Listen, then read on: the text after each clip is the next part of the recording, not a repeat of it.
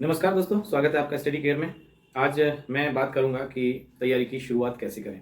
देखिए, आपने जो नोटिफिकेशन है वो पढ़ लिया होगा, क्या क्या परिवर्तन हुए हैं सिलेबस में, पैटर्न में, वो शायद आप सबने देख ही लिया होगा। और अगर नहीं देखा है तो बहुत सारे यूट्यूब चैनल्स हैं, वहाँ पर आप देख सकते हैं। नहीं तो सीधा साइट पर जाइए और साइट से पूरा डिटेल नोटिफिकेशन डाउनलोड कीजिए, सिलेबस डाउनलोड कीजिए और एक बार पढ़ लीजिए। वो अब छोड़ दीजिए, नहीं जितना जल्दी हो सकता है आप अपना योग्यता देखिए कि किस पोस्ट के लिए आप एलिजिबल हैं और फॉर्म भरने की तैयारी कीजिए। सबसे ज़्यादा जरूरी है, फॉर्म भर देंगे आप, लेकिन सबसे ज़्यादा जरूरी है तैयारी। अब एक एक दिन आपका तैयारी के लिए कीमती है, तो तैयारी शुरू कर दीजिए। अब जिस पोस्ट के लिए भी आप तैयारी कर रहे हैं उस पोस्ट में क्या सिलेबस है उसको आप अच्छे से एक बार रीड कर लीजिए। तो तैयारी कैसे करें, कितना समय लगभग आपको मिलेगा, इस बात पर हम चर्चा करेंगे। देखिए, अगर हम सबसे पहले बात करें तो एग्जाम कब तक हो पाएगा, इसके लिए अगर हम अनुमान लगाएं तो देखिए, पहले एलडीई का एग्जाम होगा। मीन्स जो लिमिटेड डिपार्टमेंट एग्जाम की जो नोटिफिकेशन आया था कुछ दिनों पहले, उसका एग्जाम होना है। तो वो शायद जनवरी के फर्स्ट वीक में ही हो जाए मे बी, अथवा दिसंबर के लास्ट वीक में भी हो सकता है, क्योंकि छुट्टियां भी लगने वाली हैं, विंटर वेकेशन। तो हो सकता है छुट्टियों के बाद एग्जाम हो या छुट्टियों में भी हो सकता है। तो वो एलडी के एग्जाम होने के बाद आपका जो ये नोटिफिकेशन आया फ्रेश रिक्रूटमेंट का, वो होगा। तो मीन्स आपको लगभग देखिए 1 महीना आपको लगभग मिलेगा फॉर्म भरने के लिए। उसके बाद और आपको 2 महीने लगभग मिल सकते हैं। मीन्स लगभग आप 3 महीने मान के चलिए मैक्सिमम, उससे कम भी हो सकता है क्योंकि जल्दी भी एग्जाम हो सकता है। लेकिन चूंकि एलडी के एग्जाम की वजह से ये थोड़ा आपको 3 महीने मिल सकते हैं। तो 3 महीने के समय को आप कैसे यूटिलाइज करेंगे, कैसे तैयारी करें, ये बहुत जरूरी है। तो सबसे पहले तो जो भटकाव है वो खत्म कीजिए। क्या बदलाव हुए हैं, क्या बदलाव नहीं हुए हैं, सिलेबस क्या है क्या नहीं है, ये जल्दी से जल्दी आप उसको खत्म कीजिए। उस डाउट को खत्म कीजिए कि आप कौन सी पोस्ट के लिए अप्लाई कर सकते हैं। जिस पोस्ट के लिए आप अप्लाई कर सकते हैं आप देख लीजिए, उसकी योग्यता क्या है वो देख लीजिए और कंफर्म कर लीजिए कि आप योग्य हैं, आप फॉर्म भर दीजिए। अब बात करते हैं कि शुरुआत तैयारी की कैसे करें। देखिए, आप कोई भी सिलेबस उठाकर, मैं पीजीटी और टीजीटी की बात करूंगा पहले। अगर हम देखें तो सभी सिलेबस में जो सब्जेक्ट स्पेसिफिक सिलेबस है उसमें सभी जगह लिखा हुआ है कि एनसीईआरटी बेस्ड हर सब्जेक्ट में आप सिलेबस में देखेंगे तो एनसीईआरटी बेस्ड ही उस पर लिखा हुआ है। तो पहले बात करते हैं पेपर का पैटर्न क्या होगा। जैसे पीजीटी में देखिए, जनरल हिंदी 10 नंबर की आएगी, जनरल इंग्लिश 10 नंबर की आएगी, पेडागोजी 40 नंबर की आएगी और जीके, करंट अफेयर्स और कंप्यूटर और रीजनिंग ये 20 मार्क्स के आएंगे। तो देखिए, अब आप इस पेपर के पैटर्न के हिसाब से, जिसमें कि जो सिलेबस आपका सब्जेक्ट है वो आपका 100 मार्क्स का होगा। मीन्स 180 नंबर का पेपर है, उसमें 100 नंबर का आपका सब्जेक्ट स्पेसिफिक क्वेश्चन आएंगे और बाकी 80 मार्क्स का जनरल पेपर होगा। तो 100 नंबर सब्जेक्ट मीन्स आपके सब्जेक्ट की वैल्यू सबसे ज़्यादा है। जिसका सब्जेक्ट पर कमांड अच्छा होगा वही इस मैराथन में सबसे आगे निकल जाएगा। तो इसके लिए करना क्या है कि आपको पहले 1 महीने या 25 दिन आप शुरुआत कीजिए एनसीईआरटी से। पूरा एनसीईआरटी पढ़ डालिए। जब भी आप कहीं भी हों आपके हाथ में एनसीईआरटी होनी चाहिए। अगर आप टीजीटी के लिए तैयारी कर रहे हैं तो 6 to 10 पूरा एनसीईआरटी पढ़ डालिए, जिस सब्जेक्ट के लिए आप तैयारी कर रहे हैं। और पीजीटी के लिए कर रहे हैं तो 11 12 भी।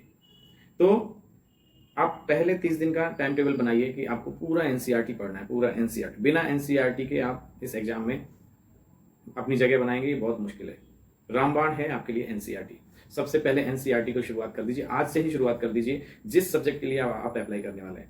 देखिए, अगर आपने अभी तक कुछ नहीं पढ़ा है तो भी घबराने की जरूरत नहीं है। मैं खुद इसका एग्जाम्पल हूँ। मैंने पेपर से बस 1 महीने पहले पढ़ाई शुरू की थी। हालांकि मैं हिंदी टीजीटी के लिए मैंने अप्लाई किया था, तो हिंदी का सिलेबस थोड़ा बहुत हिंदी मुझे आती थी पहले से। लेकिन फिर भी जो मैंने, और उस समय जो टीजीटी में था सब्जेक्ट स्पेसिफिक क्वेश्चन आते नहीं थे, मीन्स हिंदी के क्वेश्चन आए नहीं, तो पूरा जनरल पेपर था। तो जनरल पेपर की भी तैयारी मैंने केवल 1 महीने की। बाकी जो मेरी पहले की नॉलेज थी वो अलग बात है, वो आपको भी जब आपने ग्रेजुएशन किया है तो निश्चित ही आपको भी अच्छी खासी नॉलेज होगी।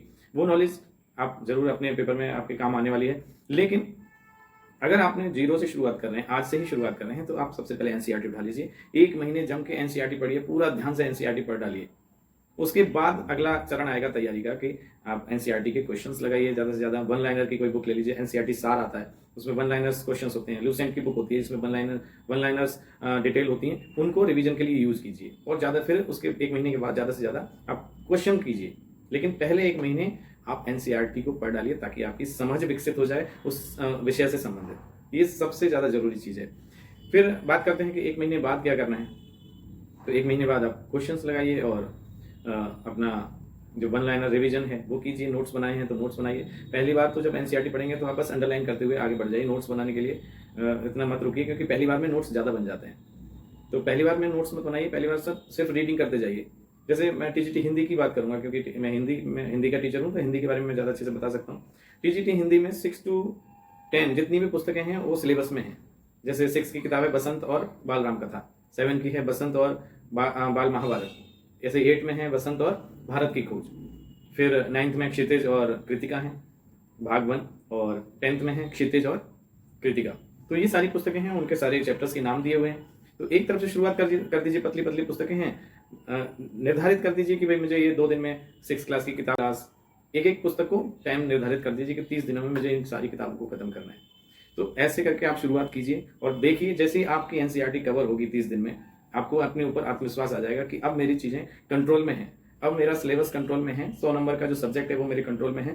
तो कॉन्फिडेंस आएगा, फिर आप फर्स्ट पेपर को भी अच्छे से पढ़ पाएंगे। और इस बीच अगर आप एनसीईआरटी के साथ साथ अगर आप और एक्स्ट्रा टाइम दे पा रहे हैं तो पेडागोजी को थोड़ा थोड़ा करते रहिए, लेकिन पहला फोकस जो है आपका सब्जेक्ट पे होना चाहिए।